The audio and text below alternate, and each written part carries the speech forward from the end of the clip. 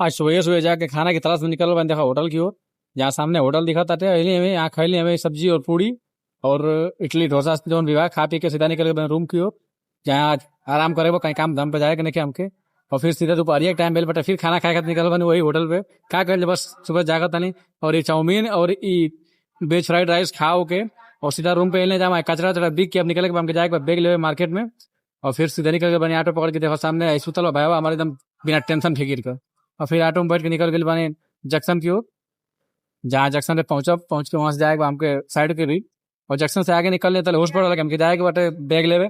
फिर का ओला बुक कर लिया सीधा देखा पालसर गाड़ी एल ओला वाली और सीधा ओला भाई के लेके पहुंचा तनी मार्केट में।